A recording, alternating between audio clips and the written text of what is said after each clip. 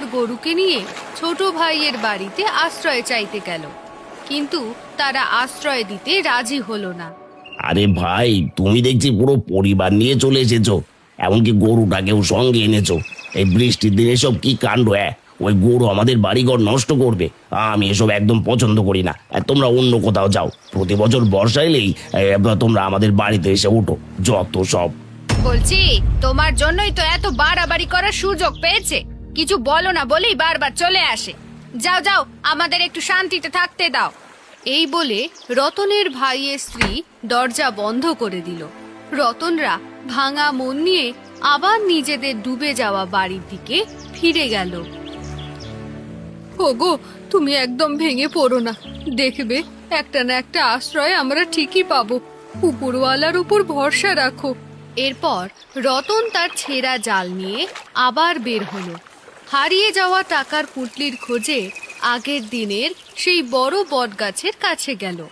চারদিকে অনেক খুঁজলো, কিন্তু কোথাও পুঁটলিটি পেল না। হাই হাই, আমার টাকার পুঁটলিটা আর পেলাম না। কি করব এবার? হয়তো কারো হাতে পড়ে গেছে। যাই, এই জাল দিয়েই মাছ ধরার চেষ্টা করি, যদি দু একটা মাছ পাই। এরপর রতন নদীতে জাল ফেলতেই জালটি কোথায় যেন আটকে গেল। টান দিতেই ছিঁড়ে গেল। সব কিছু হারিয়ে রতন দুঃখে বিলাপ করতে লাগলো।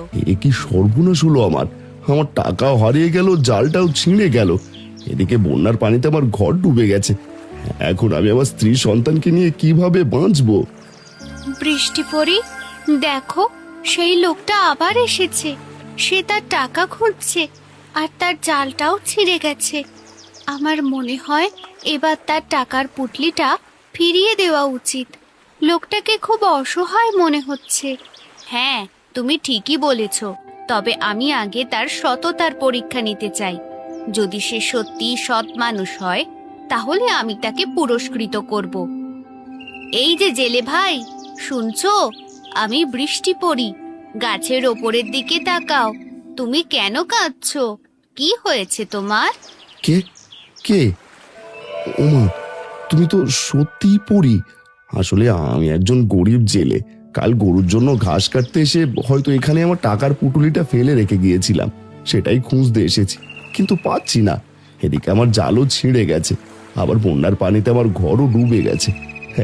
আমি এখন কি করব কিছুই বুঝতে পারছি না। এরপর পরি অনেক টাকা ভর্তি একটি বড় পুঁটলি রতনের সামনে এনে তার সততা যাচাই করতে চাইলো। দেখো তো জেলে ভাই, এটা কি তোমার সেই টাকার পুঁটলি? না না বৃষ্টি পড়ি, এটা আমার নয়। এটা তো অনেক বড় পুঁটলি। আমার টাকার পুঁটলিটা ছিল অনেক ছোট। এরপর বৃষ্টি পড়ি আরেকটি ছোট পুঁটলি এনে রতনের সামনে ধরল। রতন সঙ্গে সঙ্গে নিজের পুঁটলিটি চিনে ফেলল। পরি সেটি তার হাতে তুলে দিল। আরে, এটাই তো আমার টাকার পুঁটলি। তোমাকে অসংখ্য ধন্যবাদ বৃষ্টি পড়ি। তোমার এই ঋণ আমি কোনোদিনও শোধ করতে পারবো না।